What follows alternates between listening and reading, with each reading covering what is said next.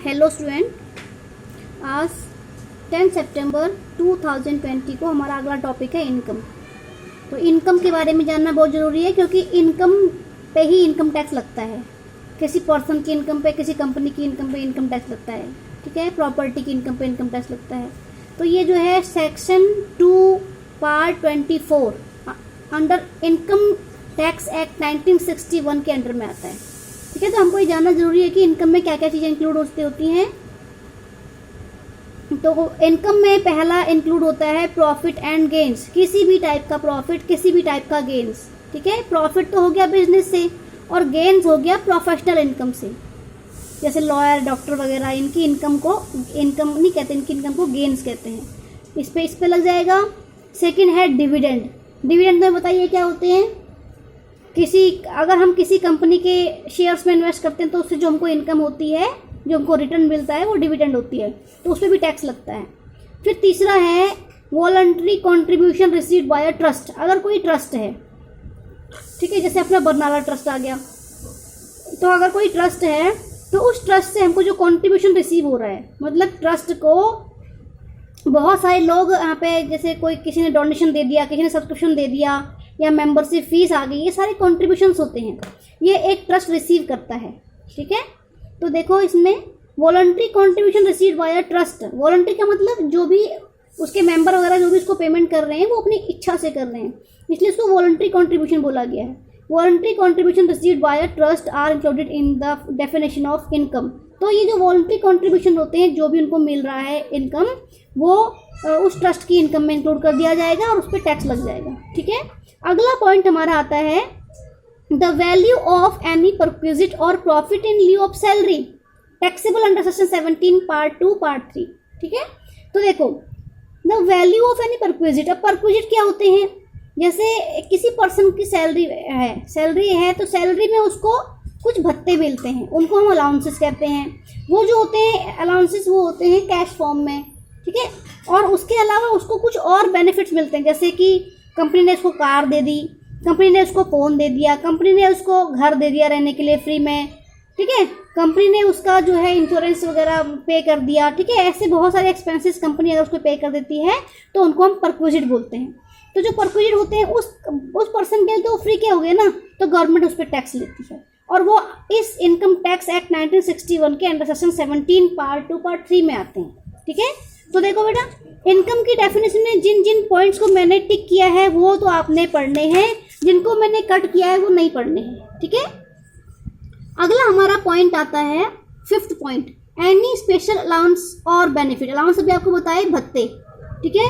कोई special allowance या कोई बेनिफिट अदर देन परक्विजिट के अलावा जो उसको अलाउंसेस मिल रहे हैं, जो उसको बेनिफिट मिल रहे हैं, वो भी टैक्सेबल इनकम माने जाते हैं, ठीक है।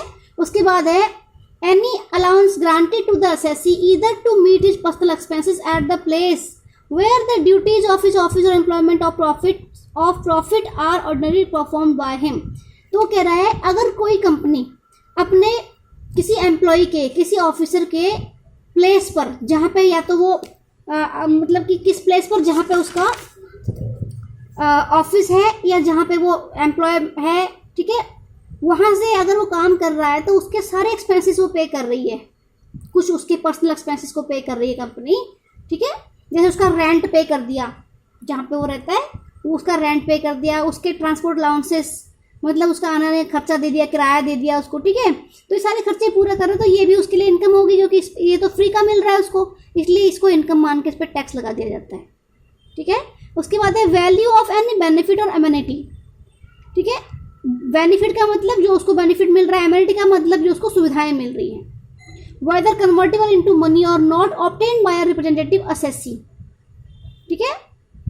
अगर कोई रिप्रेजेंटेटिव असेसी है, आपको पहले बताया हुआ है रिप्रेजेंटेटिव असेसी कौन होता है।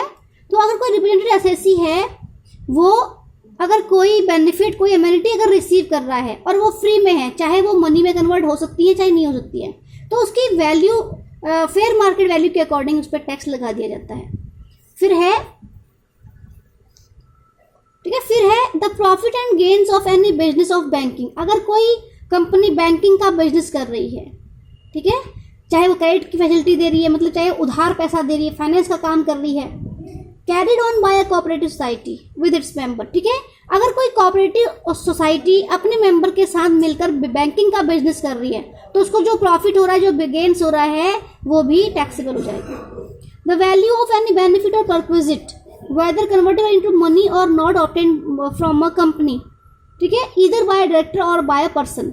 ऊपर जो अलाउंसेस या परक्विजिट उसको रिसीव होते वो एम्प्लॉय को रहे थे, अब यहाँ पे जो एम्प्लॉय ये परक्विजिट और बेनिफिट जो भी उनको रिसीव हो रहे हैं वो उनके डायरेक्टर से रिसीव हो रहे हैं, ठीक है। तो डायरेक्टर कोई बड़ा बंदा होता है, यानी बोर्ड ऑफ डायरेक्टर्स में से हो जाता है, तो उसकी जो बेनिफिट है, परक्विजिट है, उसको उसकी वैल्यू निकाल के उस पर टैक्स लगा दिया जाता है, वो भी इनकम माना जाता है। उसके 9 पॉइंट 10 11 12 13 पॉइंट आपने नहीं करने हैं, ठीक है, क्योंकि ये सेक्शन भी देखें, आपको सेक्शन याद नहीं होंगे। एनी कैपिटल गेन, अगला है any capital gain taxable under section 45। तो ये जो कैपिटल गेन है, ये भी कैपिटल गेन क्या होते हैं, जैसे किसी कैपिटल एसेट को सेल करके उस पर जो प्रॉफिट इन्होंने कमाया है उसको बोलेंगे कैपिटल गेन, जो टैक्सेबल होता है सेक्शन 45 के ऑफ इनकम टैक्स एक्ट 1961 के। तो ये कैपिटल गेन भी टैक्सेबल हो जाएगा, ठीक है। अगला 15 पॉइंट आपने नहीं करना है। 16 पॉइंट में देखो तो profit and gains of any business of insurance carried by a mutual insurance company. अगर कोई इंश्योरेंस कंपनी है और वो उसका जो बिजनेस हो रहा है इंश्योरेंस वगैरह का, ठीक है, उससे जो उसको प्रॉफिट है, गेन जो भी हो रहा है, तो वो भी टैक्सेबल होगा, उस पर भी हम टैक्स लगाएंगे। एनी विनिंग्स फ्रॉम लॉटरी, ठीक है, ये जो लॉटरी वगैरह क्रॉसवर्ड पजल हो गई, ठीक है, लॉटरी से पैसा जीत लिया या क्रॉसवर्ड पजल सॉल्व कर दी, उससे हमको इनकम हो गई, या रेसेस हो गई, रेस से उसने जीत लिया, या हॉर्स रेस से उसने जीत लिया, या कार्ड गेम का मतलब ताश खेलने से उसको इनकम हो गई। Any other games of any short और फ्रॉम गैम्बलिंग और बैटिंग, या जुआ खेलने से या शर्त लगाने से कोई इनकम हो गई, ठीक है। तो इनसे जो ये इनकम होती है इनको बोलते हैं कैजुअल इनकम्स। तो कैजुअल इनकम पे भी अदर सोर्सेज के हेड में टैक्स लग जाता है, ये भी इनकम मानते हैं। उसके बाद है अगला point, any sum received by the assessee or his employer's contribution to any provident fund or superannuation fund. देखो बेटा, प्रोविडेंट फंड क्या होते हैं, जैसे कंपनीज होती हैं, हर एक कंपनी के ऊपर बाउंडेशन होती है कि अगर उसके यहाँ 20 से ज़्यादा उसने, ठीक है, 20 से ज़्यादा अगर उसने यहाँ पे एम्प्लॉयज रखे हुए हैं तो वो अपने एम्प्लॉयज़ के फ्यूचर को सिक्योर करने के लिए एक फंड बनाए, उस फंड को हम बोलते हैं प्रोविडेंट फंड, ठीक है। अब जैसे कंपनी से एक तो जब रिटायरमेंट होती है तो एक तो उस फंड का पैसा मिलता है ना उनको, वो यही प्रोविडेंट फंड होता है। तो अगर एम्प्लॉयर अपने एम्प्लॉयज़ के प्रोविडेंट फंड में कुछ अमाउंट वहाँ पर ट्रांसफ़र कर रहा है तो वो एम्प्लॉयज़ के लिए इनकम हो जाती है, उस पर टैक्स लग जाता है, ठीक है। फिर है any sum received under a key man insurance policy. देखो बेटा, की मैन कौन होता है, की मैन का मतलब बहुत इंपॉर्टेंट पर्सन, जैसे कोई बोर्ड ऑफ डायरेक्टर है या कोई मैनेजर है, जो मतलब जिसके बिना कंपनी काम नहीं चलता है, तो उस पोस्ट पे जो बंदा है उस पर्सन के नाम से इंश्योरेंस पॉलिसी करवा ली जाती है, ठीक है। तो उस इंश्योरेंस पॉलिसी से उस पर्सन को जो भी रकम रिसीव हो रहा है, ठीक है, वो भी इनकम मान के उस पर टैक्स लगा देंगे। अगला पॉइंट है an aggregate amount of gift or gifts received whether in cash or in the form of property exceeding 50,000 in a previous year by an individual or Hindu undivided family from non-relative, ठीक है। तो वो कहता है कि अगर किसी person को, ठीक है, अपने किसी नॉन रिलेटिव से नहीं, नॉन रिलेटिव से मतलब जो उनका रिश्तेदार नहीं है, उससे अगर कोई पर्सन किसी दूसरे पर्सन को बिना जाने, बिना रिलेशन के उसको 50,000 रुपये ही ज़्यादा का गिफ्ट देता है, प्रॉपर्टी उसके नाम पे ट्रांसफर करता है, तो वो टैक्सेबल हो जाएगी, ठीक है। अगला पॉइंट आपने नहीं करना है। उसके बाद अगला हमारा पॉइंट है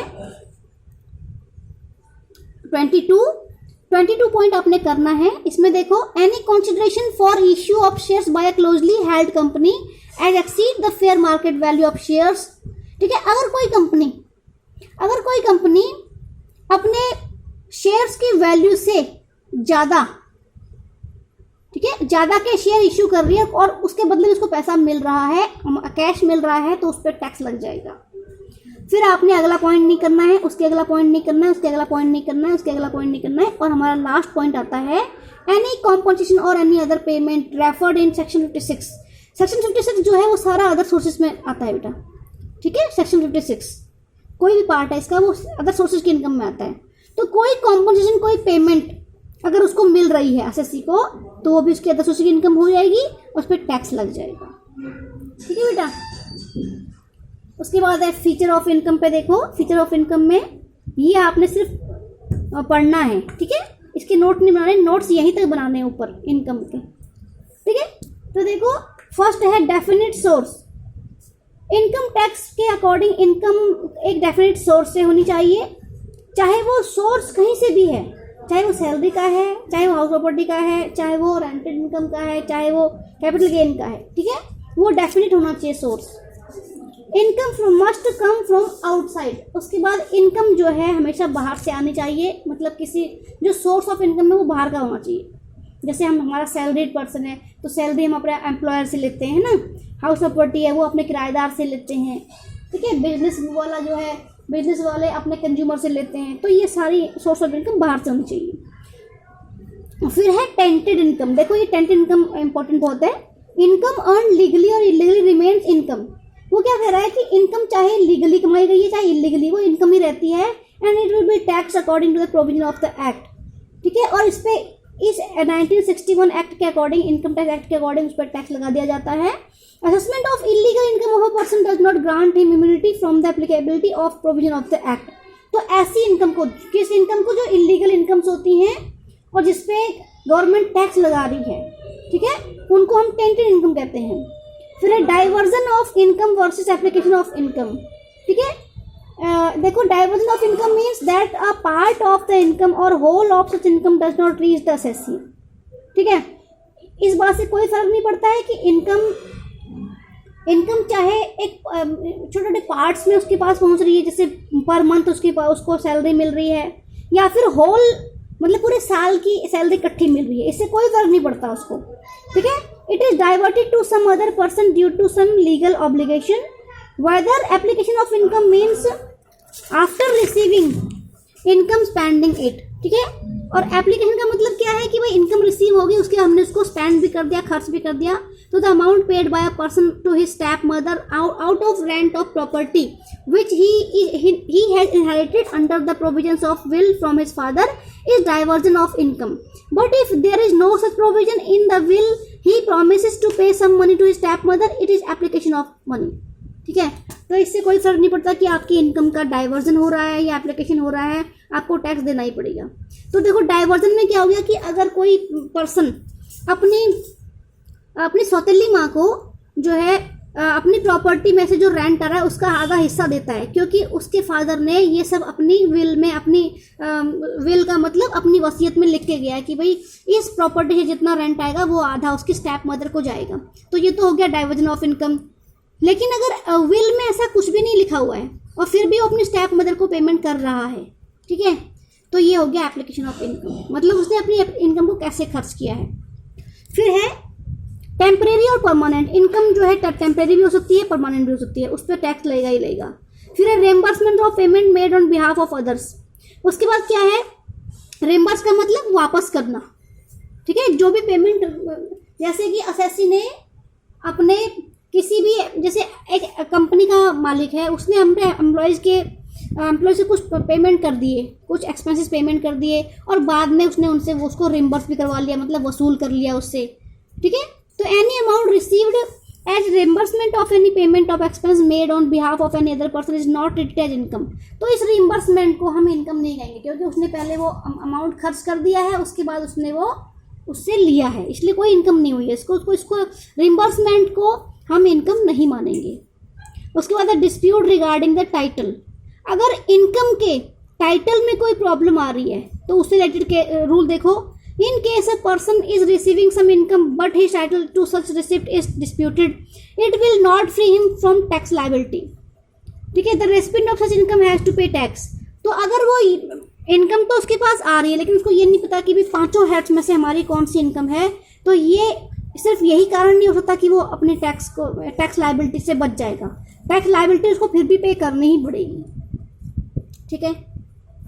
तो यहाँ से आगे बेटा मैं तुम्हें कल कराऊंगी डिस्प्यूट तक, ठीक है।